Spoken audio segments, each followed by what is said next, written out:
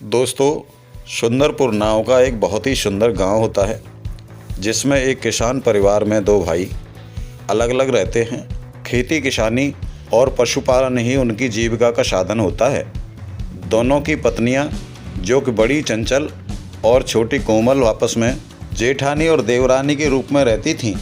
चंचल जैसा नाम था वैसा ही मन से भी चंचल थी और पैसे की लालची थी, जो कि अपने पति के साथ मिलकर अपनी गाय और भैंसों का सारा दूध एक दूधिया को बेच देती थी। अपने बच्चों के लिए बिल्कुल भी नहीं रखती थी। बच्चों को खाना भी रूखा सूखा देती थी और बच्चों को पैसों के खर्च होने के डर से पढ़ाने भी नहीं बिठाया था और दूधिया से मिले पैसों को छुपाकर अपनी झोंपड़ी की छान में रख देती थी।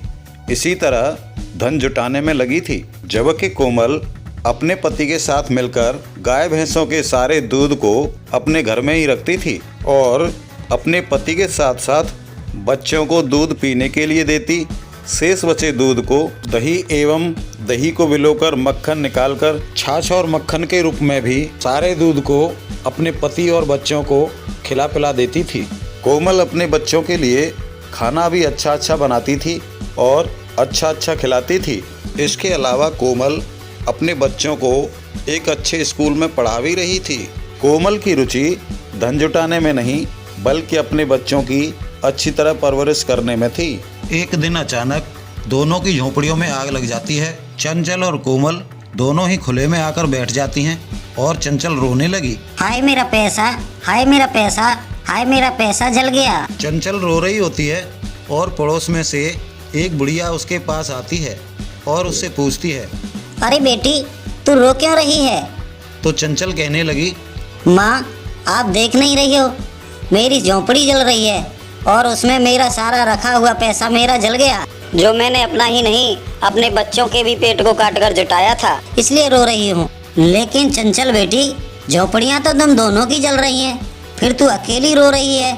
कोमल बेटी, क्या तुझे अपनी झोंपड़ी जल जाने का तुझे दुख नहीं है?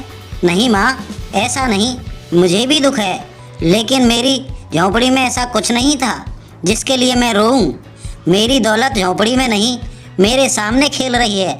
ये देखो, सामने मेरी खेल ही नहीं रही बल्कि मेरी दौलत उछल कूद कर रही है। मैंने अपना पैसा झोंपड़ी में नहीं बल्कि एक अच्छी परवरिश के रूप में इनके पेट में रखा है। और इतना ही नहीं, मैंने अपना पैसा अपने बच्चों के उज्जवल भविष्य के लिए उनकी पढ़ाई पर लगाया है। और माँ, जिस दिन मेरे बच्चे पढ़ लिख कर एक कामयाब इंसान बन जाएंगे, वही मेरी असली दौलत होगी।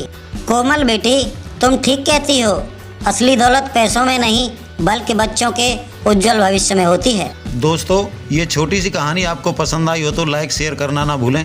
तो चलिए मिलते हैं अगली कहानी के साथ, तब तक के लिए नमस्कार।